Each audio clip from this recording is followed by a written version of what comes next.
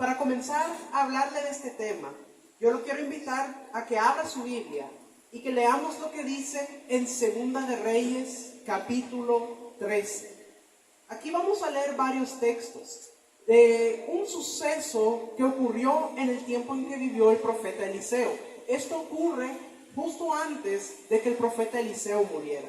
Antes de partir a la presencia del Señor, el profeta Eliseo nos dejó algunas lecciones prácticas dentro de su gran legado. Una de estas ocurre ante la visita del rey Joás. Ante la honra al profeta, Eliseo le instruye proféticamente para que pueda ganar las batallas contra sus enemigos los sirios. Las instrucciones son claras, precisas y proféticas. Su victoria material ante el ejército enemigo sería gestada primero espiritual y proféticamente a través de un acto profético. Así que vamos a ver lo que dice en Segunda de Reyes, capítulo 13, y primero vamos a leer los versículos 14 y 15. Estaba Eliseo enfermo de la enfermedad de que murió, y descendió a él Joás, rey de Israel, y llorando delante de él dijo: Padre mío, carro de Israel y su gente de a caballo. Y le dijo Eliseo: toma un arco y unas saetas. Tomó él entonces un arco y unas saetas. Entonces aquí vemos nosotros que llega el rey Joás ante el profeta Eliseo, preocupado acerca de los sirios, los enemigos de Israel. Entonces vemos esta expresión que él utiliza para referirse a Eliseo: Padre mío, carro de Israel y su gente de a caballo. Lo está honrando, está reconociendo la autoridad del profeta. Para realizar las acciones proféticas, el rey necesitaba tener la guía del profeta. Y esto lo podemos ver más adelante en el versículo 16, donde después de que el rey consulta al profeta, Eliseo le da unas instrucciones. Vamos a ver lo que dice el versículo 16. Luego dijo Eliseo al rey de Israel: pon tu mano sobre el arco. Y puso él su mano sobre el arco. Entonces puso Eliseo sus manos sobre las manos del rey. Entonces, esta fue la primera instrucción que le dio Eliseo. Le dijo: toma tu arco y pon tu mano sobre el arco. Y dice que el rey fue obediente y puso sus manos sobre el arco. Y luego dice que Eliseo puso sus manos sobre las manos del rey. Ahora yo le pregunto, ¿usted cree que el rey sabía cómo usar el arco? Sí, el rey sabía usar el arco. Pero él necesitaba que el profeta pusiera sus manos sobre las suyas para direccionarlo, para guiarlo.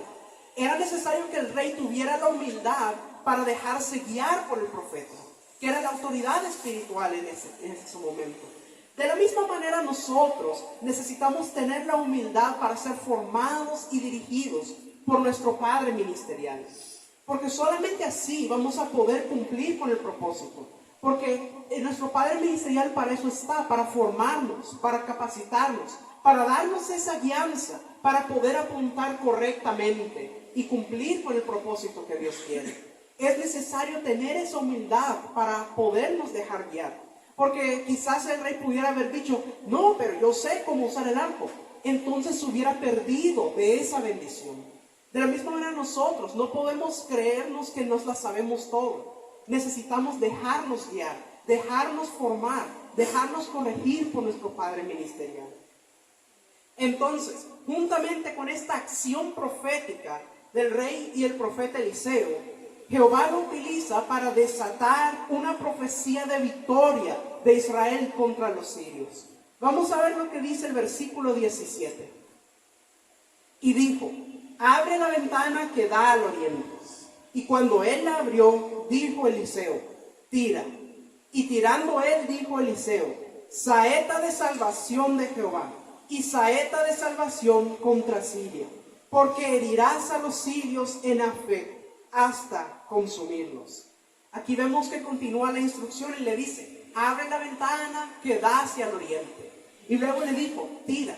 Y el rey fue obediente, siguió estas instrucciones, abrió la ventana y dice que tiró. Y cuando esto ocurrió, el profeta desató una palabra profética saeta de salvación de Jehová y saeta de salvación contra Siria, porque herirás a los sirios en Afec hasta consumirlos. Aquí nosotros vemos que cuando se conjuga la unción profética, al ser desatada por un profeta de Dios, y viene la palabra profética del Eterno, los resultados son una victoria activada desde la plataforma profética espiritual. Entonces aquí vemos que viene esta palabra profética, esta palabra de victoria. Y uno pensaría que después de recibir semejante palabra profética de victoria, el rey podría caminar sobre ella para poder alcanzar esa victoria. Pero ¿qué fue lo que ocurrió después de eso? Vamos a ver lo que ocurrió en los versículos 18 y 19. Y le volvió a decir: toma las saetas. Y luego que el rey de Israel las hubo tomado, le dijo: golpea la tierra. Y él la golpeó 3 veces y se detuvo. Entonces el varón de Dios, enojado contra él, le dijo: al dar 5 o 6 golpes, hubieras derrotado a Siria hasta no quedar ninguno. Pero ahora solo 3 veces derrotarás a Siria. Entonces nosotros vemos que la instrucción fue: golpea con la saeta en tierra.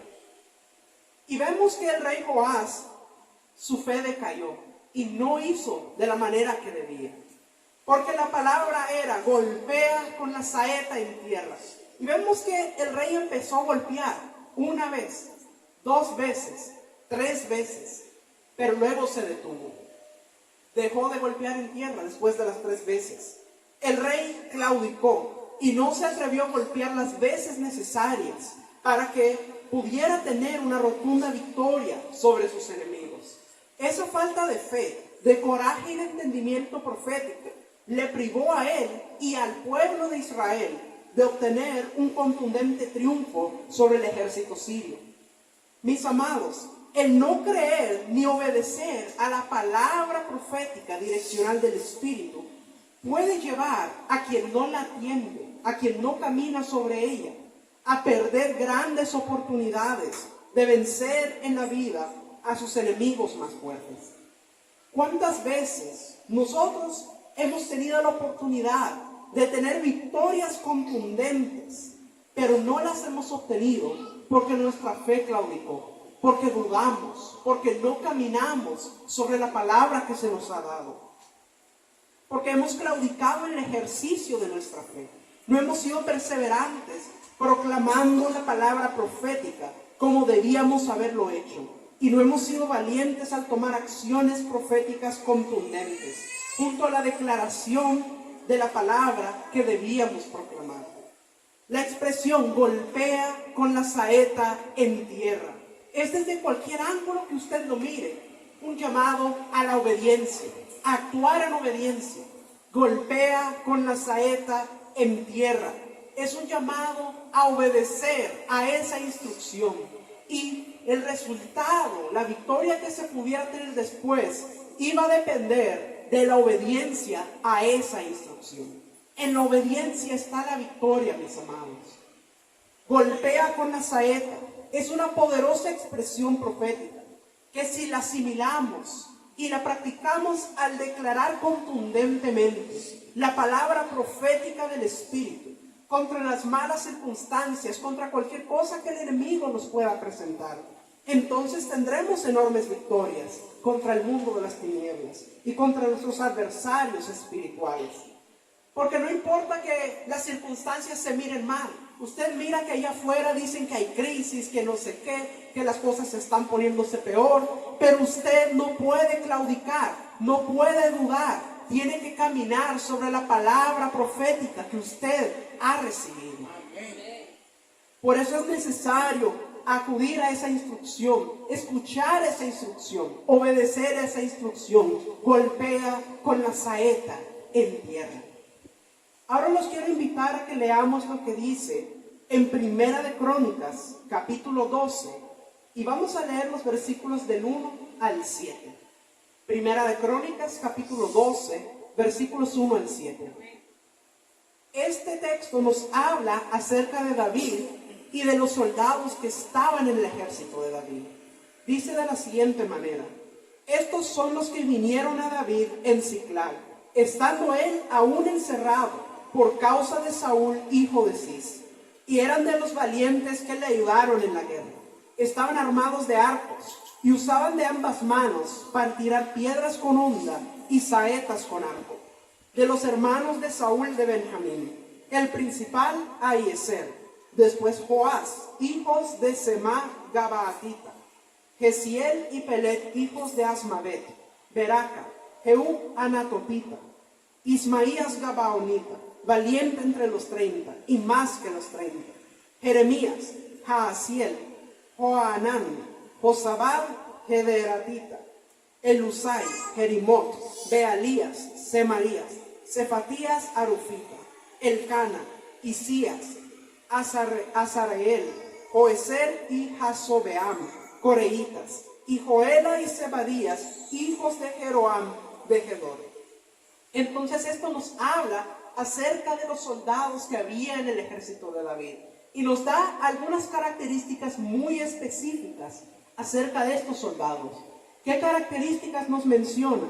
Bueno, nos dice de que ellos estaban armados de arcos y que dice que podían usar ambas manos para poder tirar piedras con la honda y para poder lanzar saetas con el arco. Estas son características que tienen un significado espiritual para nosotros. ¿Por qué? Porque el rey David es tipo de Jesucristo. Viéndole a él y su obra, podemos vislumbrar a la maravillosa vida y obra de Jesús. En David y sus acciones se encierra un extraordinario material profético que nos puede ayudar a entender la obra y acciones proféticas que nosotros debemos realizar en el presente tiempo en medio de las naciones. En el ejército de David podemos ver en sombras proféticas a la iglesia del Señor. Sus características esenciales que se nos muestran a través de los guerreros del rey David. Así que vamos a ver cuáles son estas características y qué es lo que significan para nosotros. Una característica era que estos soldados dice que eran ambidiestros. Es decir, que porque dice que usaban ambas manos para poder tirar piedras con la honda y para poder lanzar saetas con el arco. Entonces, ¿qué nos quiere decir el que sean ambidiestros? Bueno, pensemos en lo natural que es una persona ambidiestra. Una persona diestra es alguien que tiene habilidad y capacidad para usar su mano derecha, pero le cuesta usar la mano izquierda. No tiene la misma facultad con la mano izquierda. Por el contrario, una persona zurda es alguien que tiene esa capacidad y habilidad con la mano izquierda, pero no tiene esa habilidad con la mano derecha. Pero una persona ambidiestra tiene esa habilidad y esa capacidad con las dos manos. ¿Qué nos quiere decir esto? Nos habla de que debemos ser formados y capacitados en todas las áreas. Y ese proceso de formación lo vamos a pasar si somos obedientes y aceptamos la corrección de nuestro padre ministerial. Porque así iremos siendo formados en cada una de las áreas. ¿Cómo puede ser esto? Por ejemplo, imagínese, usted puede ser un intercesor efectivo, derramándose delante de Dios, humillándose para pedir misericordia por su barrio, por su ciudad, por su nación, pidiendo misericordia y pidiendo perdón por los pecados de esa ciudad, de esa nación. Pero al mismo tiempo, saber cuándo levantarse con autoridad y con poder para declarar, para quebrantar, para derribar potestades y principados. Entonces necesitamos estar habilitados en todas las áreas, saber tener esa capacidad y esa formación en todas las áreas. Esto es lo que significa ser ambidiestros. Otra característica que nos habla acerca de estos soldados es que ellos estaban armados de arcos y que los usaban para tirar las saetas. Desde la época de los patriarcas, en la Biblia se nos hace mención acerca del arco como un arma ofensiva contra los enemigos o invasores. Los guerreros de David tenían arcos. Esto significa que ellos estaban preparados para la batalla. En la antigüedad el arco se usaba también como herramienta de caza, así como arma de guerra. La usaban tanto los que iban a pie como los que iban a caballo o en carro. Su fabricación era larga y de alto costo. Era costoso y poder producir el arco. Y además de eso, también requería un proceso de aprendizaje para que el soldado aprendiera a utilizar bien el arco para poder ser efectivo con él. Nos habla acerca del proceso que nosotros necesitamos pasar para entonces poder con el arco ser bien precisos y bien efectivos.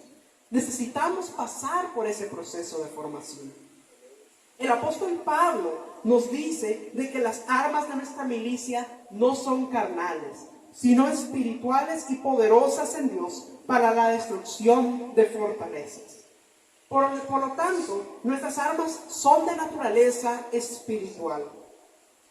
Otra arma que existe es la espada, que como nosotros vemos en Efesios capítulo 6, cuando el apóstol Pablo habla acerca de la armadura del cristiano, nos habla de la espada, que es la palabra de Dios. Dice la espada del Espíritu, la palabra de Dios.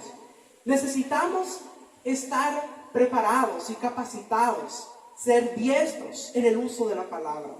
¿Y cómo se puede alcanzar esto? Necesitamos estar leyendo la palabra diariamente. Porque si usted no lee la palabra, entonces no va a tener eso en su depósito y no va a poder utilizarla en el momento necesario. Necesitamos estar leyendo la palabra diariamente. Y esto es algo que se nos ha venido enseñando por mucho tiempo. Leer la palabra diariamente de 10 a 15 capítulos diarios. Usted puede leerse la Biblia completa a lo largo de un año. Ahora estamos cerca de terminar el año, así que si usted no ha empezado a hacer esto, propóngase como meta el año que viene leerse toda la Biblia dentro de un año. Necesitamos estar constantes leyendo la palabra, porque eso es lo que va a permitir que esté en nuestro depósito. Y entonces en un momento determinado, cuando sea necesario, el Espíritu Santo en nosotros va a tomar de eso que está en nuestro depósito para que podamos utilizarlo. Así que es necesario ser diestros en el uso de la espada. Con el arco y las flechas, nosotros vemos que la función principal del arquero era mantener los enemigos a distancia, para que los enemigos no se acercaran. Los arqueros eran aquellos guerreros que se mantenían siempre listos para atacar al enemigo y evitar que avanzaran. Los hijos de Dios igualmente debemos estar listos para defendernos de nuestros enemigos espirituales. Otra característica que se nos menciona acerca de los soldados de David es que ellos sabían usar la honda para tirar piedras con gran precisión. Los guerreros de David, así como su rey, eran capaces de tirar con la honda las piedras escogidas y dar específicamente en el blanco. Nosotros recordamos que David derrotó a Goliat con una sola piedra tirada desde su honda. La honda representa la gracia ministerial dada por nuestro Señor Jesucristo para vencer a nuestro enemigo. Y las piedras representan los ministerios, la investidura de autoridad y de poder, para poder derrotar al enemigo y a todos sus demonios. Y también nos menciona que tiraban las saetas con los arcos. Los guerreros de David eran expertos en el uso del arco y las flechas. Estas últimas representan cada palabra profética o profecía desatada por Dios a través de la boca de sus hijos. Estas saetas con su arco son un símbolo preciso del poder profético, del Espíritu del Señor en medio de su pueblo. Los guerreros del Altísimo deben ser muy proféticos en su accionar y en su búsqueda constante de la palabra de revelación del Eterno para su gente. El rey David fue ante todo un profeta adorador. Él fue un hombre de la presencia de Dios. Vivió rodeado de la bendición y la protección del Eterno.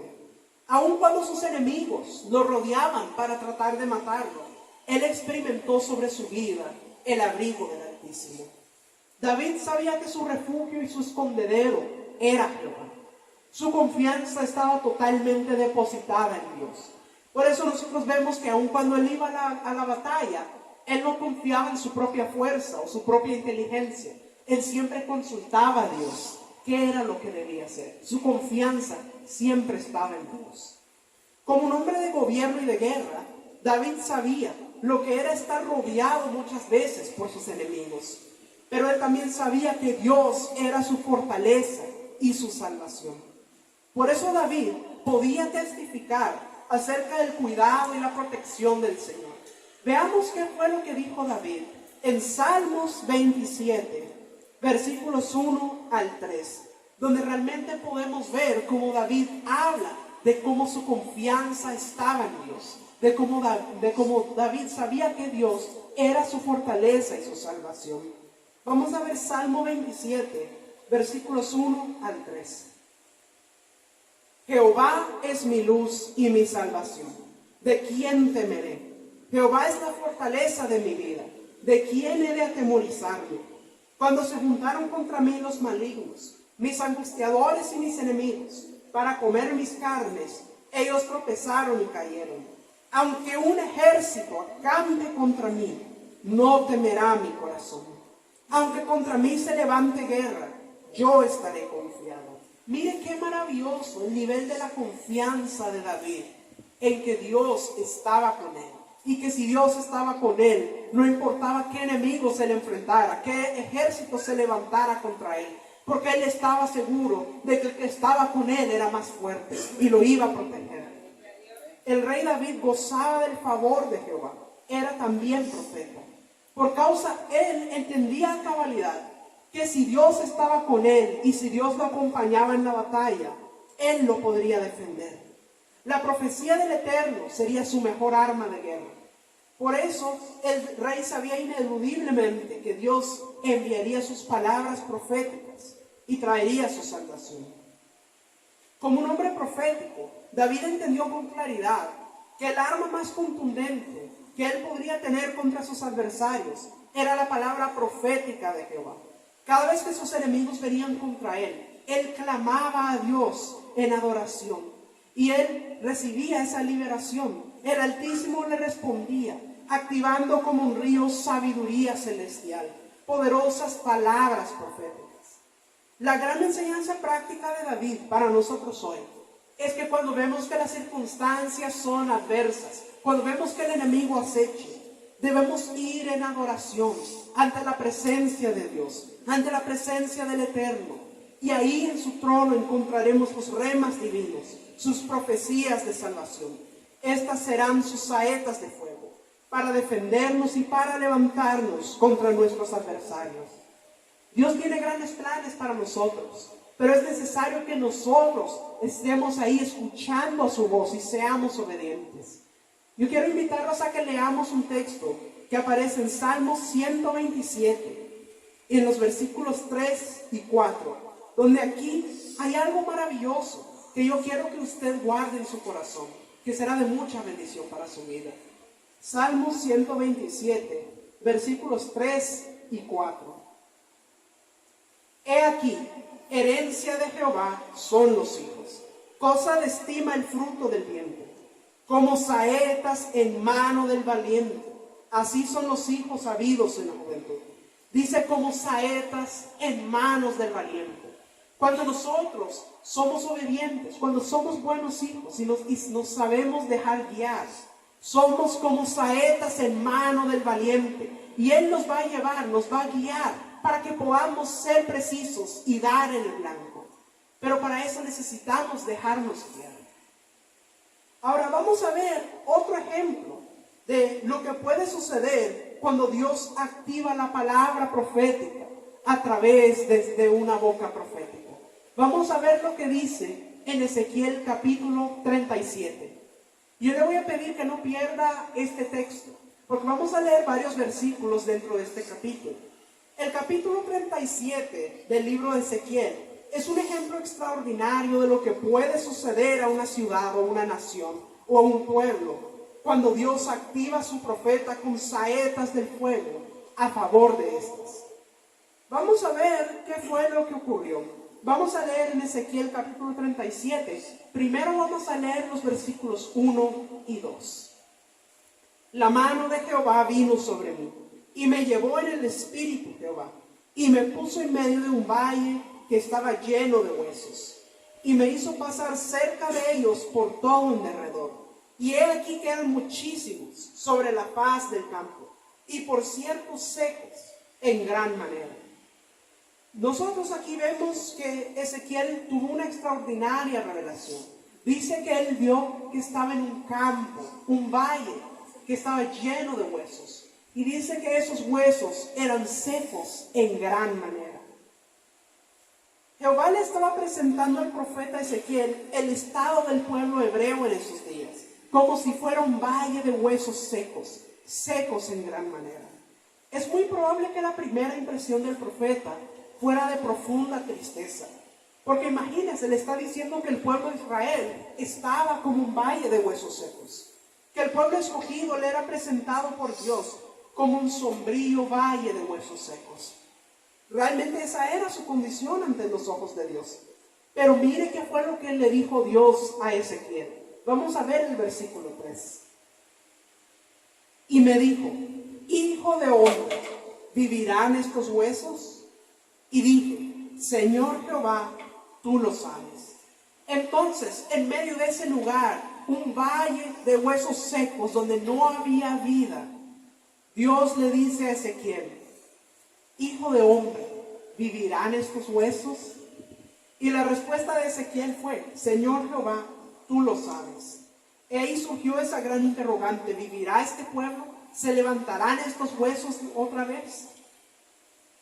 Y Ezequiel entendía que para reunir esos huesos y volverlos a dar vida, que volvieran a ser un organismo vivo, se requería de un milagro divino que solo podía hacerse con el poder de Dios. Y Dios le da a Ezequiel la siguiente instrucción. Vamos a ver los versículos del 4 al 6. Dios le dice: profetiza sobre estos huesos y diles: huesos secos, oíd palabra de Jehová. Así ha dicho Jehová el Señor a estos huesos: he aquí yo hago entrar espíritu en vosotros y viviréis, y pondré tendones sobre vosotros, y haré subir sobre vosotros carne, y os cubriré de piel, y pondré en vosotros espíritu, y viviréis, y sabréis que yo soy Jehová. ¿Cuál fue la instrucción de Jehová para Ezequiel? Profetiza, dile a estos huesos. Y le dijo cuál era la palabra profética que él debía declarar. Les dijo, o dijo que les dijera: huesos secos, oíd palabra de Jehová. Y que profetizara vida, que iba a hacer entrar espíritu en ellos y que iban a ser vivos otra vez. La ordenanza divina a su profeta fue: profetiza. Esto indicó un comienzo de una restauración. El profeta es un vocero de Dios, uno que habla en su nombre. ¿Qué nos quiere decir esto?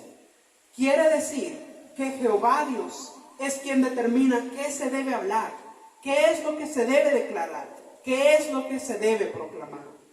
Igual que para aquel valle de huesos secos que vio Ezequiel, hoy el Espíritu Santo está desatando su palabra profética de restauración sobre la iglesia. Amén. Es una palabra profética de anuncio, de diseños divinos. Un mensaje claro y contundente. Dios ha desatado para su pueblo el tiempo de su restauración. Amén. Es el tiempo profético del Padre para soplar aliento de vida sobre el cuerpo de Cristo.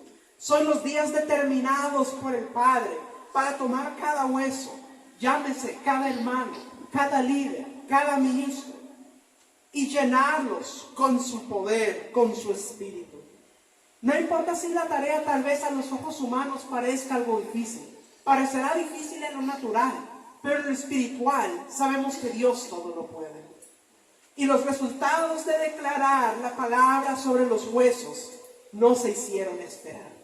Miren lo que ocurrió en el versículo 7 de este capítulo de Ezequiel, capítulo 37. Profeticé pues como me fue mandado, y hubo un ruido mientras yo profetizaba.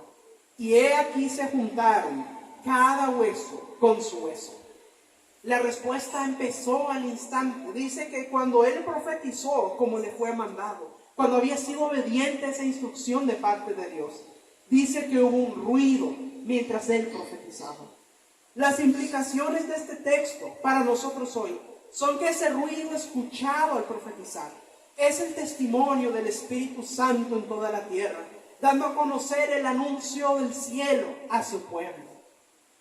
Y nosotros vemos cómo esta palabra profética confrontará a cada uno, causará tal terremoto, tal movimiento en lo espiritual, al ser declarada por los profetas, que provocará a la unidad de cada uno de los miembros, llámese hueso, llámese ministro.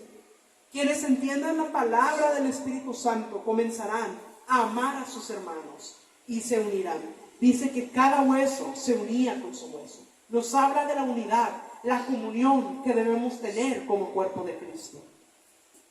Porque el apóstol Pablo decía en Efesios que es necesario que lleguemos a la unidad de la fe, al conocimiento del Hijo de Dios, a la altura de un varón perfecto, a la estatura de la plenitud de Cristo. Entonces es muy importante entender esto, que nosotros debemos llegar a esa unidad. Ahora vamos a ver qué fue lo siguiente que ocurrió. Vamos a ver en el mismo capítulo 37 de Ezequiel, ahora vamos a leer el versículo 8.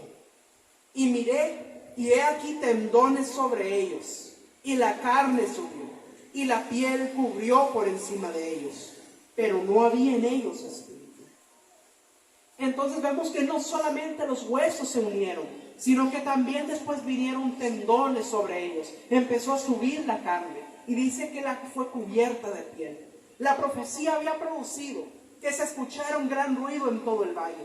Un movimiento unificador había comenzado. Cada hueso se juntó con su hueso. Y luego aparecía, dice que salieron los tendones sobre ellos, las coyunturas, los ligamentos, para unir y ligar a cada hueso con su hueso. Los tendones señalan relaciones maduras en la iglesia, la comunión en el cuerpo de Cristo. Y luego dice que la carne subió. Esto nos habla de volumen, peso y consistencia. Aquel conjunto de huesos que se había unido, ahora el Espíritu Santo les estaba trayendo ese peso y tamaño, les estaba trayendo fuerza.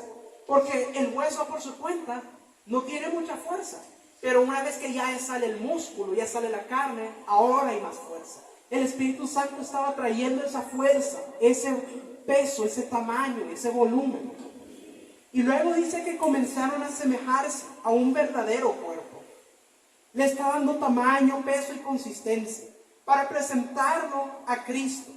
Una iglesia santa, sin mancha y sin arruga, para presentar al Señor Jesucristo. Y luego vino la piel recubriendo la carne, dándole forma. Fue un trabajo delicado, porque la masa de la carne tomaba forma de organismo. La carne sobre los huesos comenzó a tomar forma de cuerpo humano. Y entonces la piel lo cubrió y tomó forma de una persona, tomó forma de cuerpo humano. La iglesia de Cristo estará siendo cubierta por los apóstoles y profetas del Señor. Por medio de ellos el Espíritu Santo proveerá de piel a la novia. La iglesia tomará forma, su rostro será visible y bello. No será nunca más lo que había sido antes, un valle de huesos secos, sino que ahora ya fue unida, se levantó carne, se cubrió de piel y ahora tenía forma de un cuerpo unificado. Pero con todo eso, todavía nos dice algo al final de ese texto. Dice, pero no había en ellos espíritu. Así que vamos a ver qué fue lo que ocurrió después. Ahora vamos a leer los versículos 9 y 10. Y me dijo, profetiza al espíritu, profetiza, hijo de hombre, y di al espíritu, así ha dicho Jehová el Señor, espíritu, ven de los cuatro vientos y sopla sobre estos muertos y vivirán. Y profeticé como me había mandado, y entró espíritu en ellos y vivieron, y estuvieron sobre sus pies un ejército grande en extremo. He aquí la gran realidad de parte de Dios. Nosotros aquí podemos ver que ya se habían unido los huesos, ya habían los tendones, ya había subido la carne, ya habían sido cubiertos de piel, ya eran con forma de cuerpo humano, pero todavía no había espíritu en ellos. He aquí la gran realidad. Aunque tengamos un ejército de hombres y mujeres si estos no están llenos del Espíritu Santo, son igual que simples huesos secos, sin vida. Ellos necesitan lo mismo que estos huesos, que venga sobre ellos el Espíritu, para que puedan ser llenos de vida. El Espíritu Santo es lo que la iglesia necesita. Él es el consejero para llevarnos por el camino de la victoria. El Espíritu Santo es quien hará en nosotros la diferencia. De un valle de huesos secos a un ejército grande y fuerte de conquistadores del reino. Fuertes, formados y determinados para conquistar las naciones para nuestro Señor Jesucristo. La iglesia como nunca antes debe abrir su oído a la voz del Espíritu, que le habla, que le da la palabra de dirección. La iglesia deberá recibir, porque para poder impartir vida, necesita primero recibirlo. Para poder impartir restauración, primero debe recibir restauración. Debe la iglesia aprender a vivir bajo la guianza del Espíritu Santo, bajo revelación divina, guiada por el maravilloso Espíritu Santo. Solo así podrá ser madurada y perfeccionada. Solo así la iglesia estará realmente lista, adquiriendo en verdad la forma de un cuerpo. Solo cuando la iglesia se ponga en pie ante la voz del Espíritu Santo, será un ejército. Solo cuando ese ejército esté lleno del Espíritu Santo, podrá convertirse en ese gran ejército poderoso e invencible de nuestro Señor Jesucristo. Pero ahora yo le quiero hacer una pregunta, porque nosotros dijimos y vimos en el texto de que estos huesos secos que vio Ezequiel eran el pueblo de Israel. Ahora yo le pregunto, ¿por qué el pueblo de Israel estaba en esa condición? ¿Por qué estaba en una condición tan crítica que eran huesos secos? Bueno, vamos a leer lo que dice el versículo 11 de este mismo capítulo, para que veamos cómo es que terminaron en esa condición. Ezequiel capítulo 37, versículo 11 nos dice: y me dijo luego, hijo de hombre, todos estos huesos son la casa de Israel. He aquí ellos dicen, nuestros huesos se secaron y pereció nuestra esperanza y somos del todo destruidos. Aquí está por qué ellos habían quedado como huesos secos. Dice, estos son la casa de Israel. Pero ¿por qué habían quedado de esa manera? Dice, ellos dicen por lo que hablaron. ¿Qué era lo que ellos decían? Nuestros huesos se secaron y pereció nuestra esperanza. ¿Qué palabra podría poner ahí usted como sinónimo de esperanza? Fe. Pereció nuestra fe. Miren lo que ellos estaban declarando, y somos del todo destruidos. Por eso quedaron como un valle de huesos secos, por lo que ellos estaban declarando. Mis amados, hay poder en nuestra boca. Lo que nosotros declaramos puede generar vida o puede generar muerte. Así que usted debe tener mucho cuidado lo que usted está declarando, porque lo que usted está declarando puede traer vida o puede traer muerte. Ahí en el mundo nosotros vemos personas que se quejan y que empiezan a decir, mire qué terrible está la situación, la crisis económica, que todo está más caro. Y si usted se pone a decirle, ¿verdad que sí? Tan terrible está la cosa. Entonces, ¿qué luz estamos siendo nosotros en el mundo? Usted no puede hacer eso. Usted tiene que declarar vida. Usted tiene que declarar bendición. Solo así vamos a hacer la luz del mundo.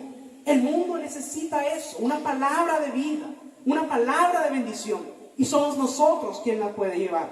Así que mi amado, mi amada, declare vida. Usted declare bendición. Usted declare prosperidad. No importa lo que se está viendo en el mundo natural, la crisis que se está viendo. Porque nosotros entendemos de que lo que importa no es lo que se ve en el mundo natural, sino lo que nuestro Padre ha declarado. Amén. Entonces Ezequiel nos deja una enorme lección de restauración a través del soltar y activar sobre un pueblo o nación las profecías del Altísimo. A través de estas declaraciones proféticas de vida sobre este pueblo, vimos cómo fueron restaurados y fueron levantados una vez más. Las circunstancias adversas serán cambiadas, alineadas y transformadas para bien. Así que mi amado, mi amada, El poder está en su boca. Usted declare vida, usted declare bendición, porque es a eso a lo que hemos sido mandados, a ser de bendición, a traer restauración. Definitivamente las palabras proféticas desatadas por su boca a través de la palabra que Dios le ha dado son verdaderas saetas de fuego que producirán vida, dejarán un impacto de restauración y de reconstrucción donde sean proclamadas. Así que, mi amado, mi amada, realmente nosotros tenemos una gran responsabilidad como hijos de Dios, porque esas saetas de fuego están en nuestra boca. Amén, gloria a Dios.